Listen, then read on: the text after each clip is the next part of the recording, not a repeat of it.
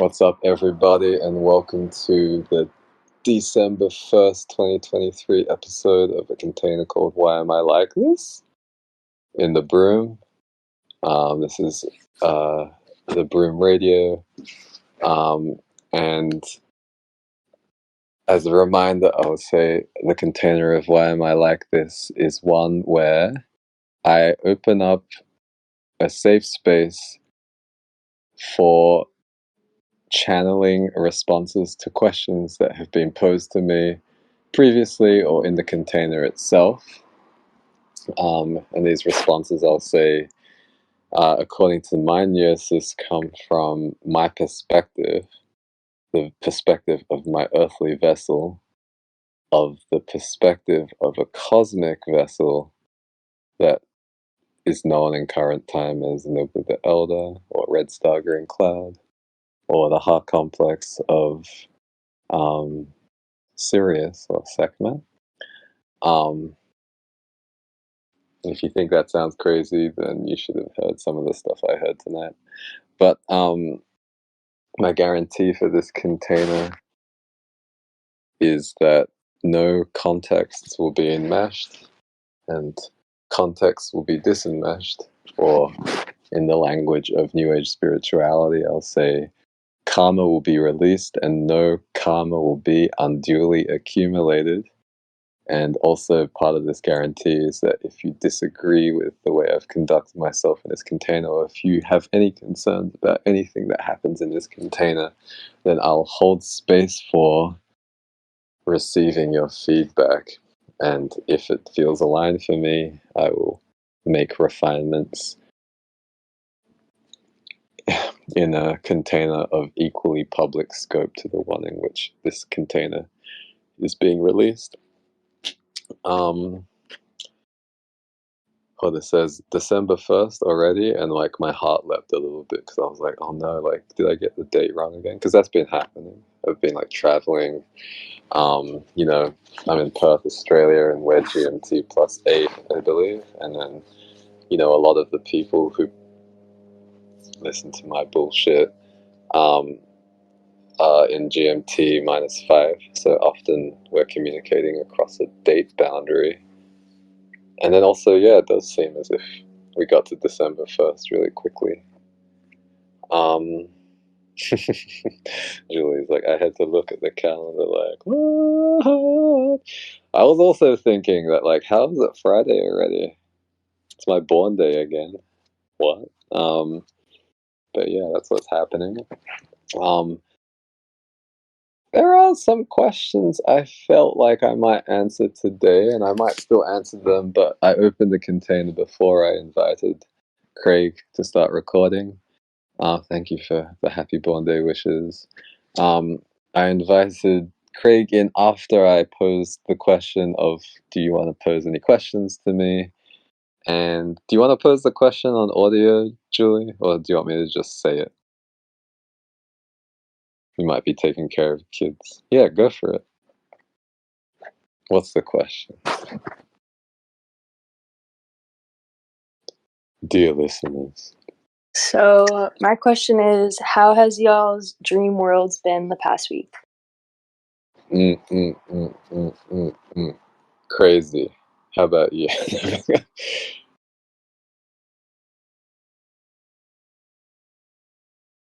Does anybody want to talk about how their experience of the dream worlds has been? Oh, this is absolutely insane. I mean, I could go into the dreams channel and like pick something out, but I feel like I would rather hold space. I feel like often when people ask a question, they want to answer it. I'm not saying that's you, Julie, but like, what's up, Anna? Do you have any dreams that you would like to share? I think, I know Hoda's been talking about doing dream work containers, and I don't want to like block that shine, but I also feel like the evolution of this container has been towards something more and more collaborative. So maybe we can do some dream work in this container.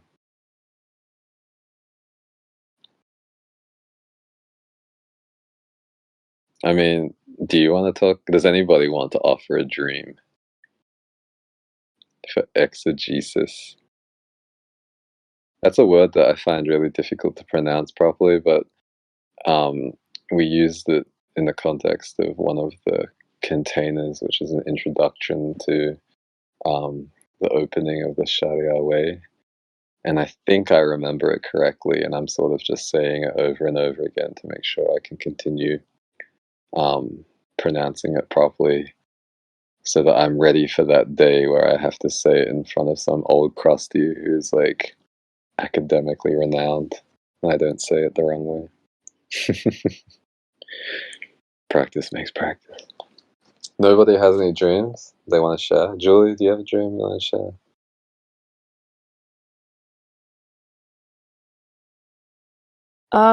Not anything like too in depth. I know the past week, I put this in the dream channel where I was in some place and a lioness was like gnawing. I mean, not really gnawing, but like nibbling at my fingers. Sometimes in Wow. dreams I can like feel physical sensations. Oh, But yeah. that one I didn't. It wasn't like I wasn't really fearful either, but for some reason I wanted to keep the lion like out of the window, and then the dream kind of progressed and I was trying to close like a sliding door, um but it like was refusing to let me do so. I didn't really see how it progressed after that, like if it came through, but it was just this like definitely this Mm. feeling of like I couldn't keep it out, basically. Mm. Okay. Um, how open are you to like? How do you prefer to receive like feedback or reflections upon dreams that you share? Because I feel like it can be very sensitive for reasons which I won't go into before you answer this question. I'm definitely open to reads. Mm. Um, yeah. Mm. I guess like like the way that I tend to answer questions or talk in this container is like ridiculously multilinear or polylinear. Mhm. Um, and I think like going on tangents can be really annoying for people to listen to, but I definitely will not do that now. There's so many different ways that my brain wants to go. I've been communing with cordyceps as like as a life form spirit. But yeah, I think somebody, I forget exactly who right now, raised that the 24th of November is like historically like a Sekhmet feasting day. Um, and Sekhmet often comes through as like a lion-headed goddess. Ooh, Julie says also it was my left hand that it was nibbling. It, you mean she? um, but yeah, I think one of the reasons I feel like it can be sensitive delivering reads on people's dreams is because I think that often when we receive gnosis from the dream worlds, we are not receiving that gnosis from like when we're awake, we're in this body, and this body has a spirit which arises from the functioning and the communication of all of like the cells in our body, and all the various like forms of soul which are like denser than cells, and then also like aggregations of cells that we tend to refer to as like organs. And then like when we're in the dream worlds, I would say like many of us commune not with the spirit of our physical bodies, but with the spirits of like our like earth ancestral bodies or our sky ancestral bodies.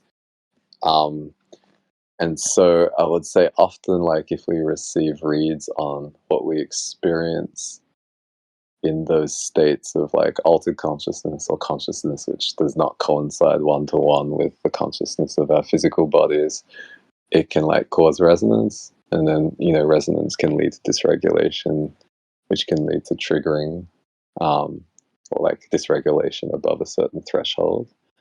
I think like another reason that getting reads on our dreams can be spotty is because I think like it's kind of like fashionable to like take symbols from our dreams and then like look up on the internet like, what does it mean if a spider appears in my dreams? I'm not saying it's like necessarily like going to lead us astray, but I feel like that disregards the fact that we all have different experiences with spiders and also different experiences with any form.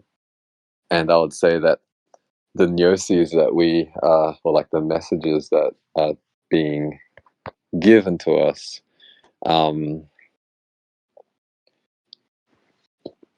they are like, they show up pre-formally, and so what I would say like our upper chakras tend to do with those pre-formal geometries is they apply symbols and like symbolically articulated concepts to those shapes, and then it's kind of like, okay, like does this symbolic concept geometry fit with the geometry of this vibration? And the shape of any given form, which is referred to by a word like spider, let's say, is going to have a different geometry based on our experience, because our experience is what ends up forming the geometry of our thought form complexes. Which is to say that like the people who wrote about what spiders meant to them coming from their dreams, coming from their thought form complexes, may have different ideas about what spiders represent to like what spiders represent for us.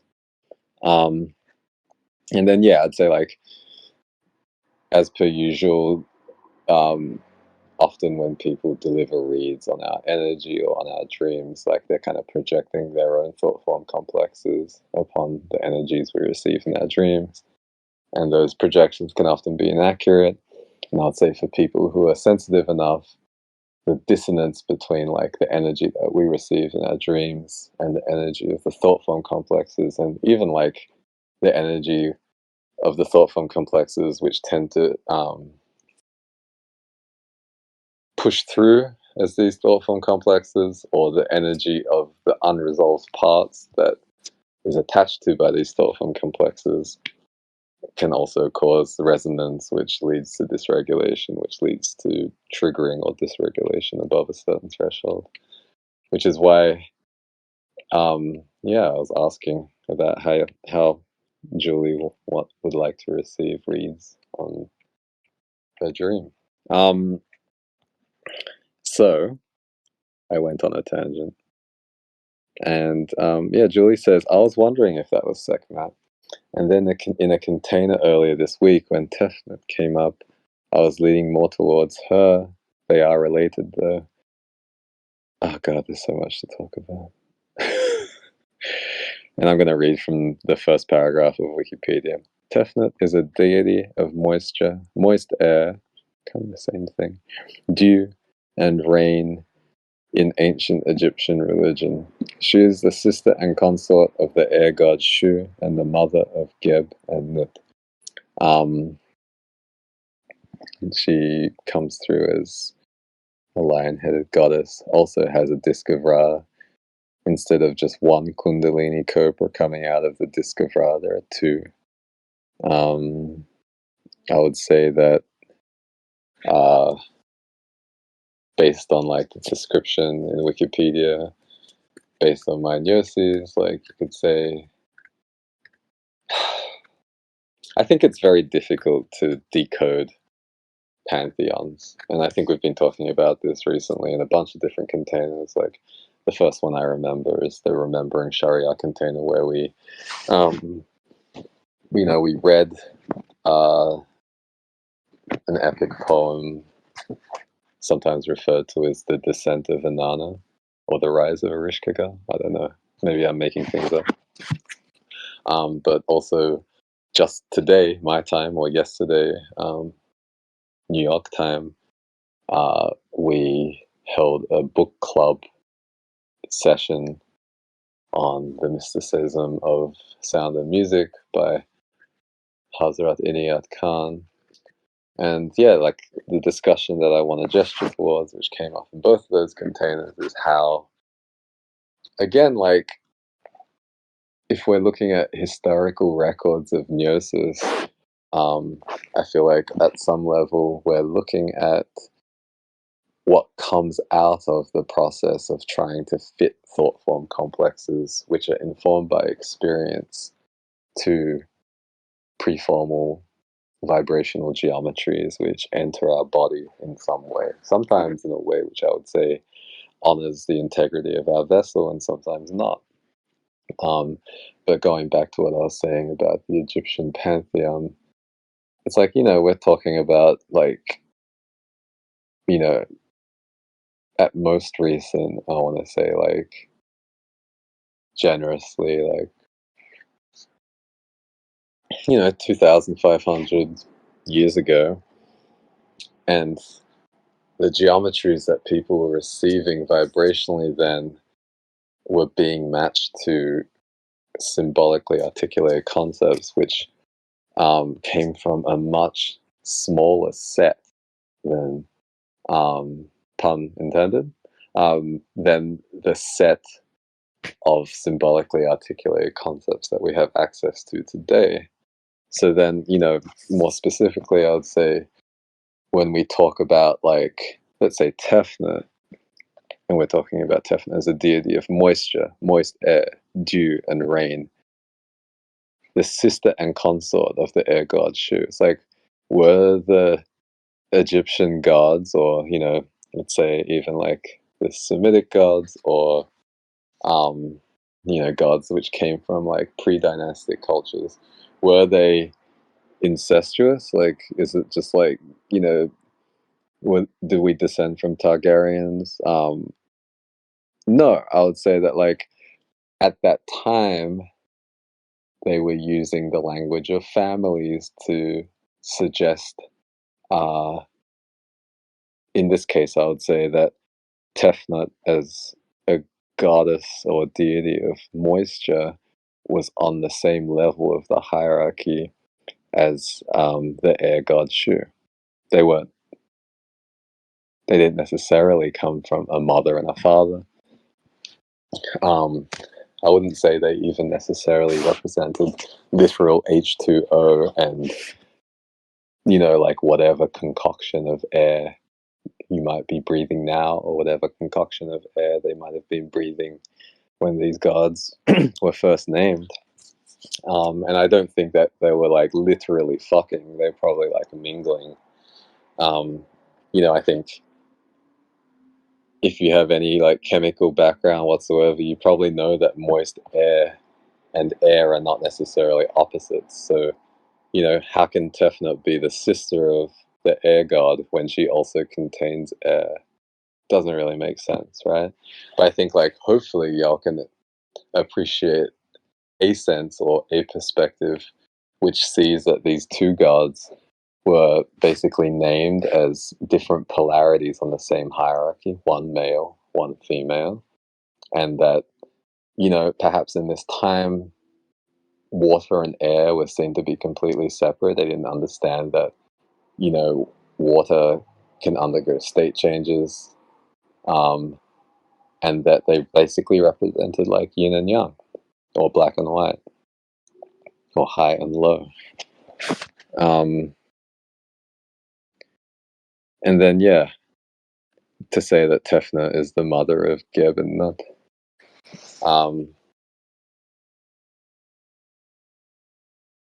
How would you fit that into like a more modern framework of symbolically articulated concepts? I promise this is going to come back to the dream somehow. Well, like for me, Nut symbolizes like our galaxy, like the body of our galaxy, and then Geb symbolizes perhaps like the animating spirit, right? Just like I have a physical body, and then in this moment, my physical body is being animated by a spirit which is going on like ridiculously long tangents in order to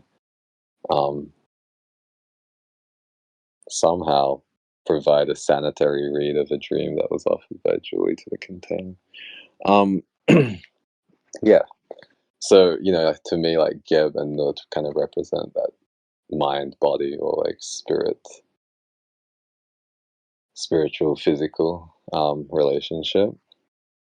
And yeah, if I had to guess like how the goddess representing like water might be the mother of the body of our galaxy and the spirit that animates it, I would say that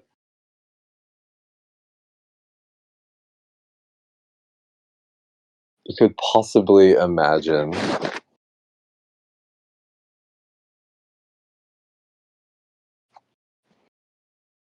that our galaxy is itself one side of a polarity which disintegrated from a whole which was a precursor to the two sides of that split. And if you want to look at this from a biological perspective, we can kind of look at like mitosis and cell division.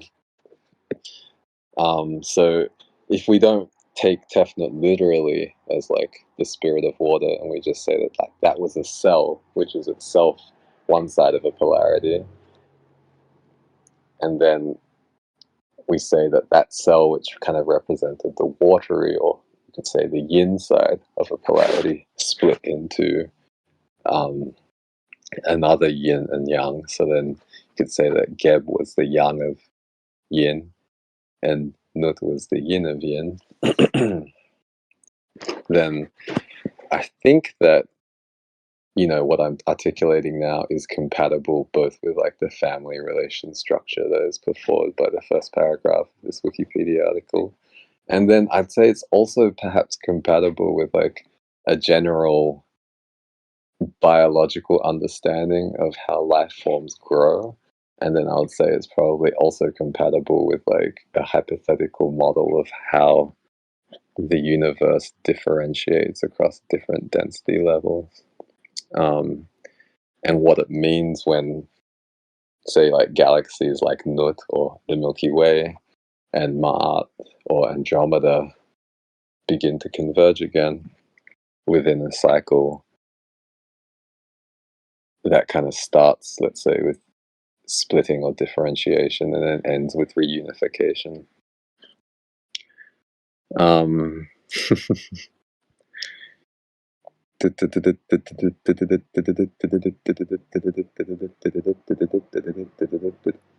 Cool. So it sounds like I feel like y'all are like following really well considering how much bullshit I'm talking about right now. So, the next thing I kind of want to talk about hypothetically is like my perspective, the perspective of my vaster self on how Sekhmet relates to Tefnut. So like in my pantheon, or my cosmovision, let's say, Sekhmet and Ra have a polarized relationship. As I said before, Sekhmet is like, I'd say like the spirit of Sirius, and Ra is the spirit of Arcturus. Arcturus is a star which lies between Earth and the galactic center. Sirius is likely to become our South Pole star in like, a couple of thousand years of like current time projection on space-time. And those are both stars which appear to be polarized from the perspective of Earth within the galaxy called Nut. So you could say that like Nut is vaster than Sekhmet. Tefnet is vaster than Nut and Andromeda. And in my cosmovision, I would say Tefnet represents Laniakea, which is a supercluster of galaxies, which I feel like astronomers or astrophysicists are still kind of like, well, what's holding this thing together? If like everything is supposed to be expanding due to a big bang, like what is keeping all of these galaxies together, and in the case of Andromeda and the Milky Way, like what's actually causing them to be on a path of reunification. But yeah, I'm inclined to. I mean, I think it's both the polite thing to do and the accurate thing to do from my perspective, to honor Julie's intuition that Tefnut is more aligned than Sekhmet as I want to say, like a terma which was gestured towards via the form of a lioness. And then, yeah, I guess, like, definitely, like, if anybody else has anything to offer on, like, what I've been explicating or the dream itself, I'd love to hold space for that too. But yeah, I want to say again, like, my reflection of what Julie mentioned is that this lioness was nibbling on her hand, her left hand. And sometimes in dreams, Julie can, like, feel physical sensations associated with what she's experiencing in the dream, but this time not. And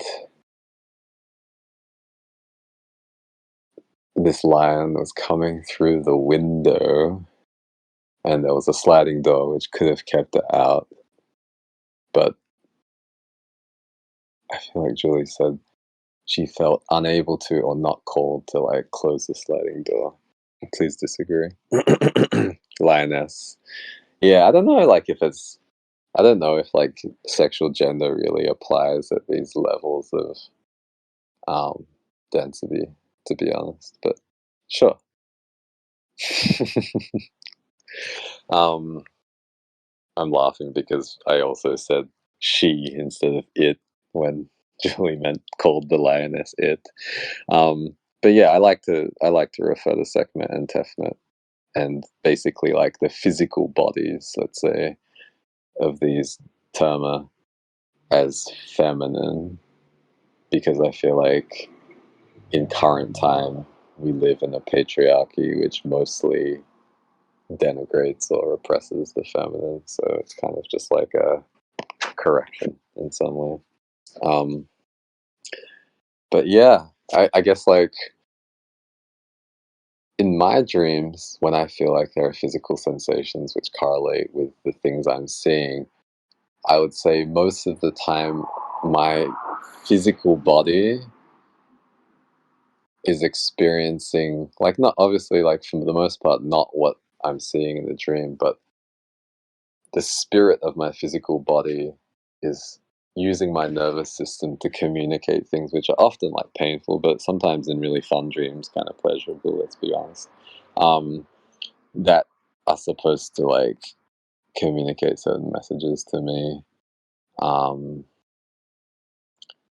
And they may or may not be associated with the forms, but yeah, I'd say, like, often I'm being psychically attacked in the dream world, and then my physical body, or the spirit of my physical body, shows this to me as, like, something painful, and then my upper chakras can fit symbolically articulated concepts or forms to what's happening from the perspective of my body. So then I can use other forms to combat what's happening in the dream, and therefore combat the preformal spiritual energy that's trying to attack my preformal energetic body, or the preformal energetic body of my earth ancestors or sky ancestors in the dream.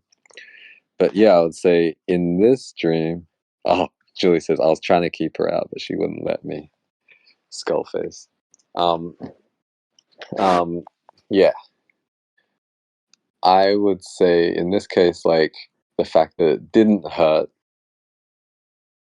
uh, you know, as a corollary to what I was saying before, probably implies that there was no attack happening to the spirit of your physical body, because, since in your dreams before you've experienced physical pain in association with what's happening in your dreams, it's possible, probable that your physical body knows how to orchestrate spirit in order to show you when you're being attacked in your dreams, unless something changed about the relationship between your physical body and the spirit that animates it in a way that obstructs that communication. But, from my perspective, like, you're on a path of integration, please disagree. So it's unlikely that that's the case, which means that it's more likely that you weren't being psychically attacked in this dream, from my perspective.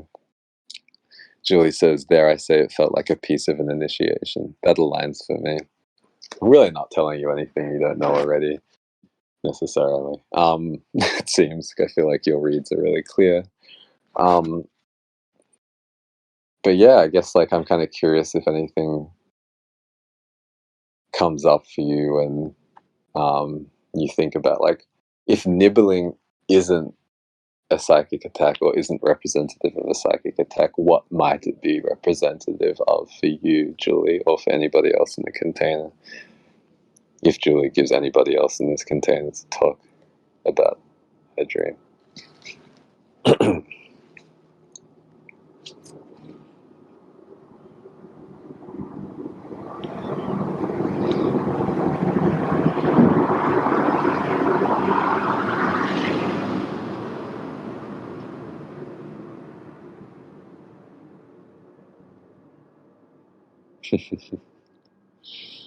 I mean, what comes up, Julie says, anyone feel free to say so, I'm feeling into it. I mean, what comes up for me is like autophagy or autophagy.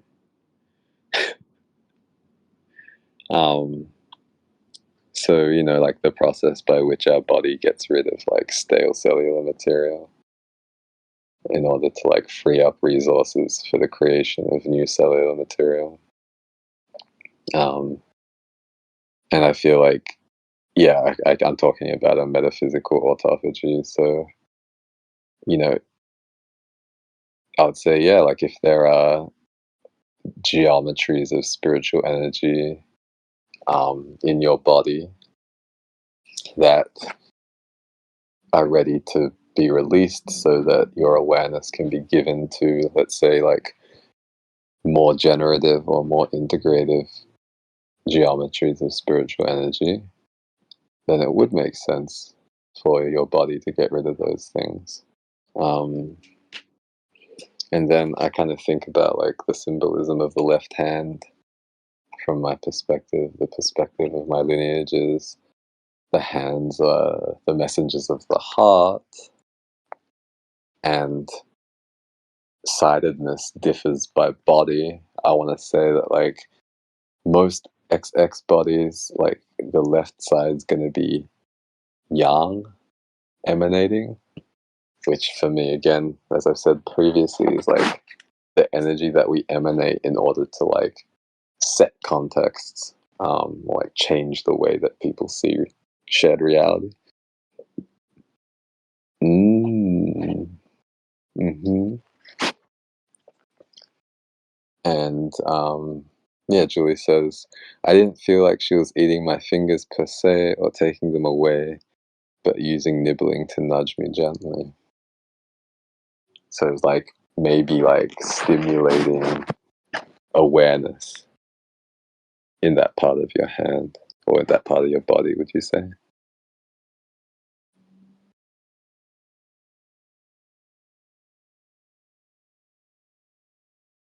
Yeah, stimulating awareness. So yeah, like stimulating awareness in the left hand side of, yeah, the messaging framework of the heart, let's say. Would you say that like your left side feels more yang or yin? Because I was saying XX bodies tend to be yang on the left side, but of course this can change. Let's say like really refined vessels can like change the sidedness of their bodies as regards yin and yang. But then also like people who aren't necessarily refined may end up with a non-typical sidedness.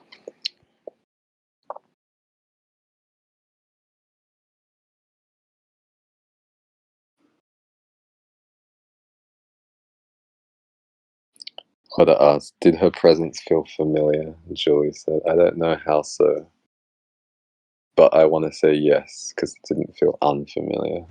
Mm-hmm. That aligns. Um, but yeah, I would say like I can imagine this vaster energy, which, from my perspective, is like the spirit of, or you could say like the body of some like vast cosmic organ which contains our galaxy and also our solar system. Um, yeah, I could imagine that feeling familiar since we're part of it. Our bodies are also part of it. But then I could also imagine that, given what I was saying about like living in a time of patriarchy, it would make sense to be stimulating the young emanation of a female bodied spirit, either of like a physical human body, which is exact body, or um, a spirit which is like femme coded, which is not necessarily confined to just one human body, but perhaps like, yeah, like the cosmic body of like your vastest self, if it's femme coded. Um, mhm. Julie says, I'm unsure of my side in this. I forget how to tell, but my right side feels more online, if that helps. Yeah, I think that can kind of like, I'd say like if you're someone who tends to be more receptive or like perceptive and not necessarily as projective, then that would be like the yin side being more online. Yeah, Anna says the same. Whereas if you're someone who talks a lot like me, then I would say um, perhaps like the yang side is more online. But I feel like that kind of aligns with what I'm saying, even though I'm very prepared to be like incorrect on this.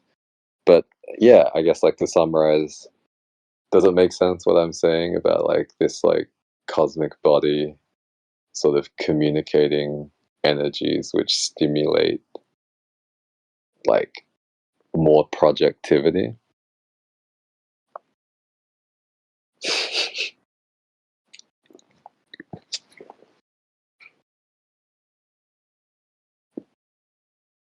I have to say, I was like, I was talking to you guys before Craig came in about how I was like at a dinner table with many, many relatives, and there was a lot of projecting going on. So I feel like the amount of stuff that's coming out of me is probably like a little higher than normal. What do I mean by projectivity? I mean like making a mark, or like telling people what's up, like representing oneself.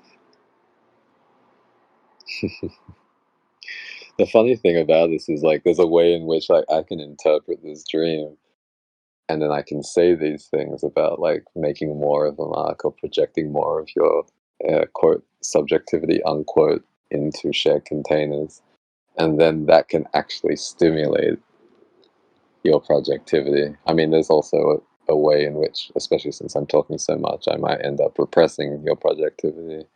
But then, I feel like y'all can probably see how there's a way that I might interpret this dream which ends up manifesting what I'm interpreting, even if that wasn't, let's say, like the quote true message of the dream unquote. But that's also like why I'm attempting to be as sanitary as possible, walking a fine line, if you ask me. Um, but yeah, Julie says yeah for sure. I'm not sure what yeah for sure was in response to, because I said a lot of stuff, but um, there's no disagreement at least. um, mm. And then I guess like I'm kind of, unless anybody wants to jump in and tell me to shut the fuck up, or I want to like kind of tune into what Julie was saying about like I wanted her to go. I was trying to keep her out, but she wouldn't let me. Um, yeah, I guess I'm kind of curious, like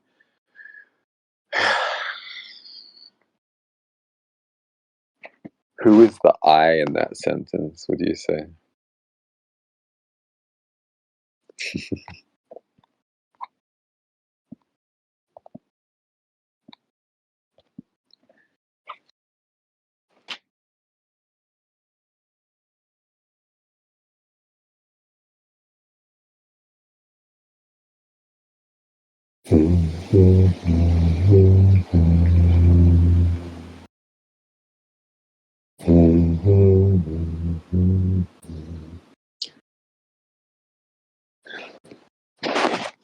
I don't know why I'm having to reread this so many times. It must be because there's something I need to clear. Okay, she wouldn't let me.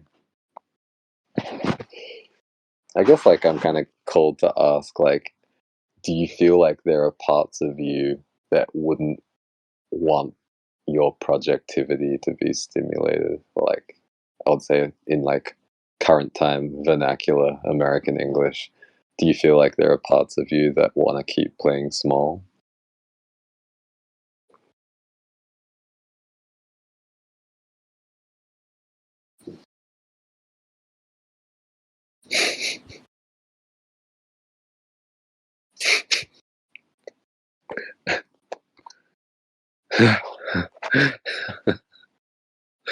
Adam's like reading the shit I said about Jesus.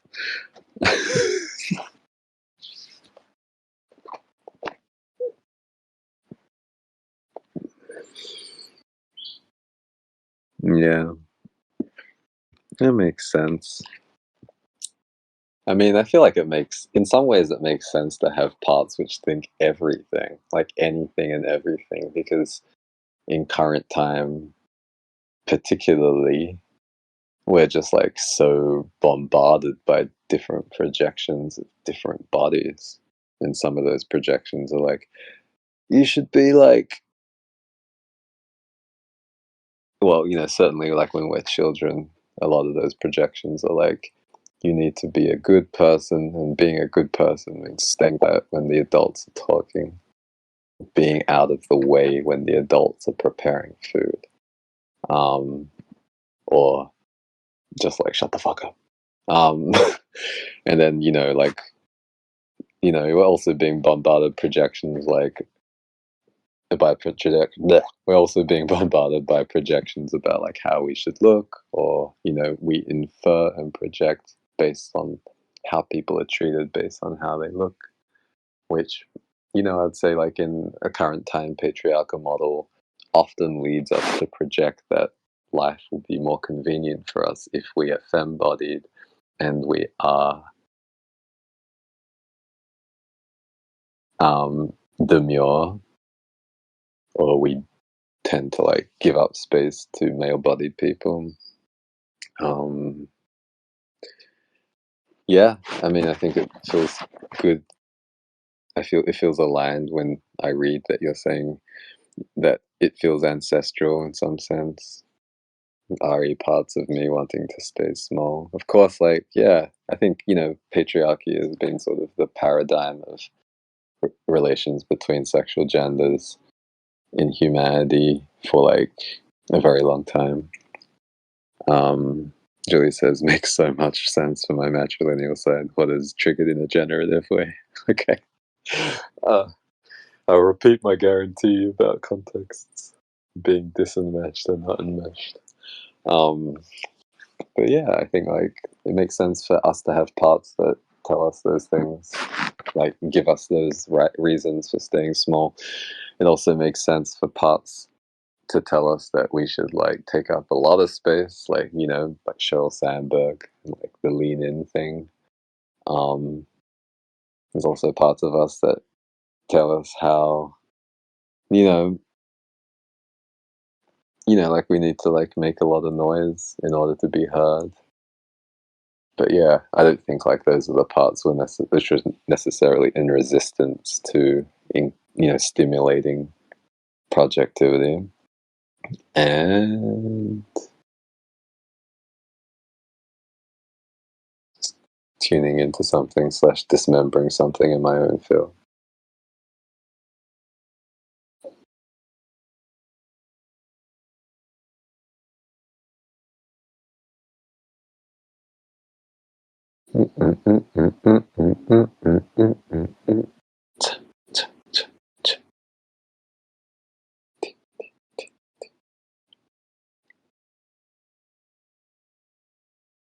I guess like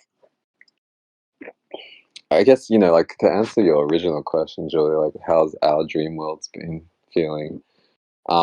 Or what's been happening in our dream worlds. I forget the exact wording, but I would say that yeah, I've had a lot of really crazy dreams in the last week or so as well. And you know, I'd say like the main sense of these dreams has been about like souls which are coherent with the space time of Ma'at or Andromeda, and also coherent with um, the space time of Earth, in the sense that, like, yeah, souls which have incarnated in the consciousness of Andromeda, which are also incarnate in human vessels on Earth in current time, are sort of like rounding up or being rounded up to kind of like finally organize themselves in this time as a kind of like bridging committee between our galaxy and Andromeda. And yeah, I was kind of like tongue in cheek talking about like my sense of a committee which is called like the Intergalactic Justice Starship underneath Nut. And I feel like, yeah, I think that like relates pretty cleanly to what I was talking about that's happening within the body of Tefnut, between Nut and Mat. Um, and I can kind of imagine how like a sliding door might represent um, the consciousness shift, which is associated with the formation or, yeah, like the reorganization of those Ma'at familiar souls within human vessels in current time. Um, I can also, yeah, understand the resistance to it because I think part of that consciousness shift represents like the dismantling of patriarchy and also like a reorganizing of how people of different sexual genders or different like, you know, XX bodies, XY bodies relate to one another. How people of XX bodies relate to XX bodies, how people of XY bodies relate to XY bodies, how people of XX bodies relate to XY bodies, etc. Um, and I can also understand why, you know, like you might say, like she wouldn't let you keep her out because it's like this is a, you know, in some ways, like it's a local perspective of a biological process, which, you know, if you believe in my cosmovision, is playing out on a scale which is much vaster than the scale in which our perspective operates, right? So it's like, can you imagine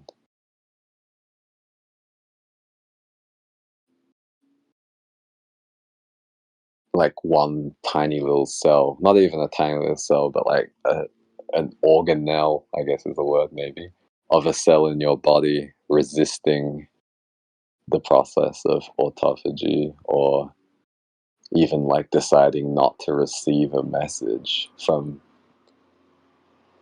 the entire body, right? Like if you want to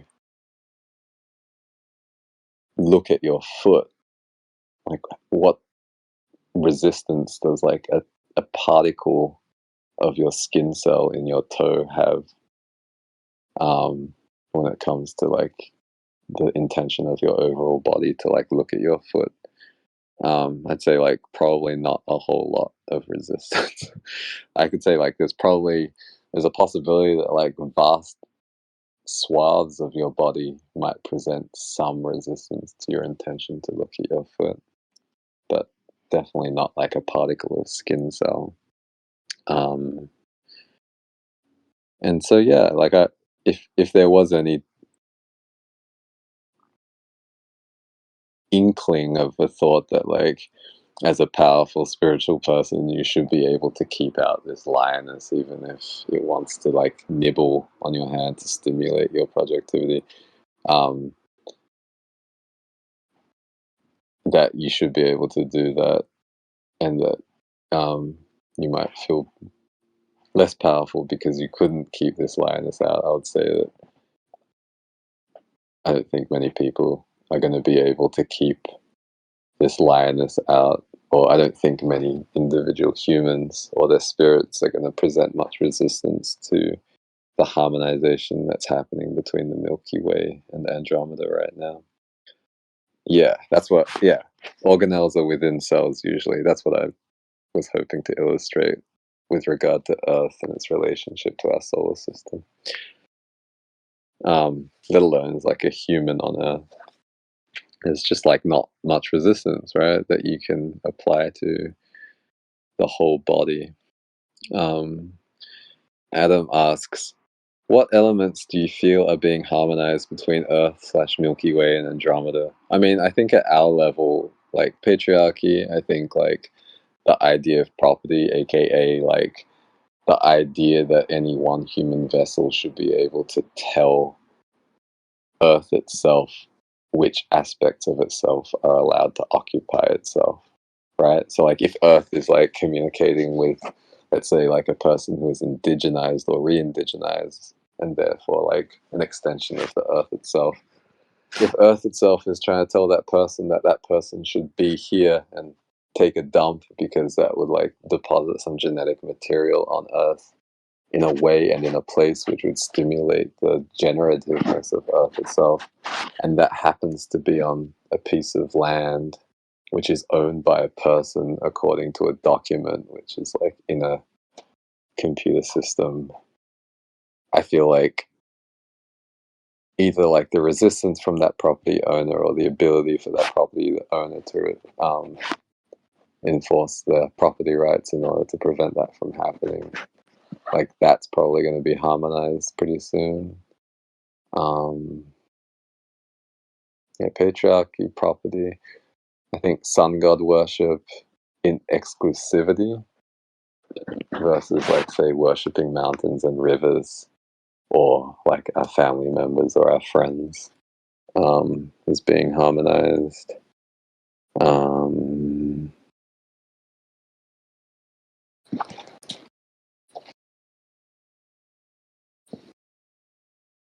mm,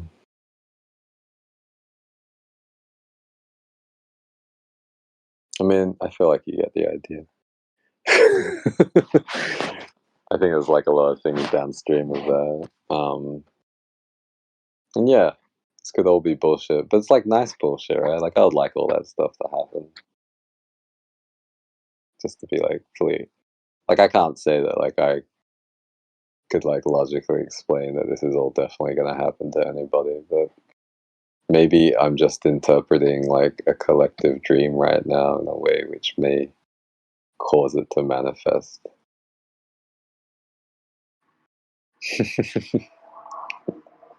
Adam says it doesn't feel like bullshit in terms of what's been alive in me. Yeah, I feel like that kind of speaks to like an aspect of like dream interpretation, which I feel like is alive. Is like, you know, like I said before, in this container and other containers, like anytime we are aware, we are projecting our awareness, let alone like when we're talking about how we're interpreting somebody else's dream. But I think when people call it a projection, like when they're like projection, like it usually means that like that projection feels inaccurate to the person. Whereas I feel like when we're projecting cleanly, then people are going to say like it aligns. Sometimes people say it resonates, even though it doesn't align with how I think of resonates. People might say it coheres. But yeah, it's nice to hear that all this nice sounding bullshit that I'm projecting is aligned with your undeniably valid personal experience. Logic. Fuck logic, says Julian. Um, yes. Yeah, I was hearing your bird earlier, Julia. It was pretty cool. Sounded like an ally to me.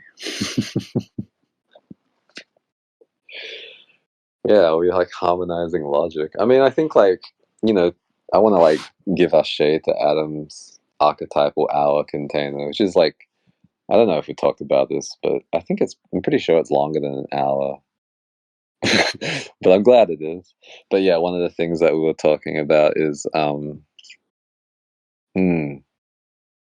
there was a reading of a poem by Parmenides, which was channeled directly from, quote, the unquote goddess, which, could refer to Tefnut. But, it was about the primordial state of being, and also like the role of archetypes or logos in our figuration of reality. And I would say that the poem itself, I think, gestured at the need for us to like recycle logos. And if it didn't, I would say that our reading of, or our exegesis of the poem definitely gestured at the need to recycle, reform, remember, and dismember in order to remember different logoses. So I wouldn't say personally that like logic is being harmonized, because when I think of something being harmonized, I think of it sort of being like inverted into non-existence or silence. And I do feel like logic is going to continue to be instrumental to the harmonization process between the Milky Way and Andromeda. But I do feel that we will be, we are already like birthing new logos, and we are harmonizing particular logos. And then the logic that operates upon that logos is also changing in order to operate compatibly with those logos. So, like, concretely, we talked about how justice has looked a certain way in the past. Yeah, let's just say like 3,000 years. And maybe it needs to look a different way, right? Like, so if justice is commonly depicted as like a pretty girl in a slip dress, wearing a blindfold, carrying a scale and a large sword, then maybe like the next iteration of our depiction of justice would be like, maybe still a woman, but maybe she's like a ninja, and she's like wearing like pants, and she's like carrying like a semi-automatic machine gun. And instead of like carrying scales, maybe she's like using like some kind of like divinatory hyperdimensional cube. Um, and you can imagine the same for like our logos relating to truth and necessity and goodness. Um, so yeah, in that sense, I wouldn't say like logic is being harmonized, but I do feel like it's being remembered or dismembered in order to be remembered. Um, Adam says, I am feeling logic as connected to themes present in book club last night, like a drummer that's keeping beat but leaving lots of spaciousness, ashe, and is following the music that's beyond normal perception and not afraid to slip into the pocket. That's dope. Yeah. Adam's talking about the book club related to the Sharia way on, yeah, I want to say like a transmission that's referred to as the mysticism of sound and music by Hazrat Inayat Khan. And yeah, our discussion about like the music that's primordial to like all form, including like quote music unquote.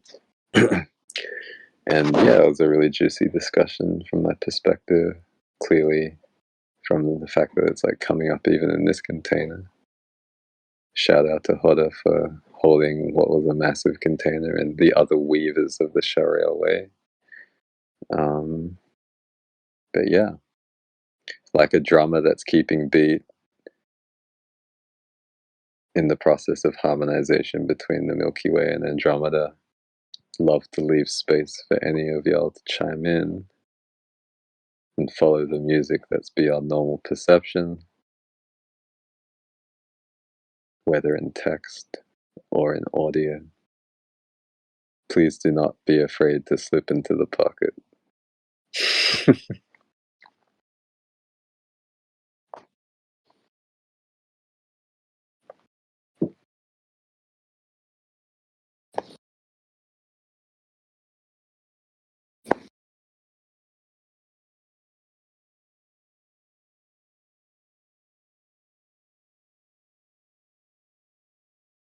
Going once.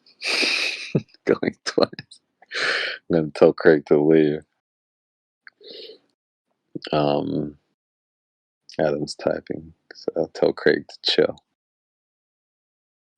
We're leaving space like a drummer that's keeping beat. Adam left a hand drum emoji. Yeah, I'm gonna. Am I? An offering that's gesturing to Shiva's Damaru. What's a Damaru? Is that like a hand drum? Is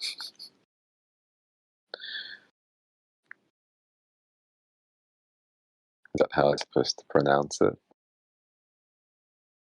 Yeah, it's like a double-ended hand drum, I think. Whereas the one that there is a hand emoji for, hand drum emoji for, looks single-ended. A small two-headed drum used in Hinduism and Tibetan Buddhism. In Hinduism, the Damaru is known as the instrument of the deity Shiva, associated with tantric traditions. Say less. It is said to be created by Shiva to produce spiritual sounds by which the whole universe is being created. Ashe. I think that's a great way for me to end the recording. Thank you for tuning in to Why Am I Like This on the Broom Radio, and thank you, Craig, for recording, and thanks y'all for listening and contributing, and thank you, Julie, for contributing your dream and letting me talk about it at length and with an annoying amount of detail and tangentiality, and I'll see y'all soon.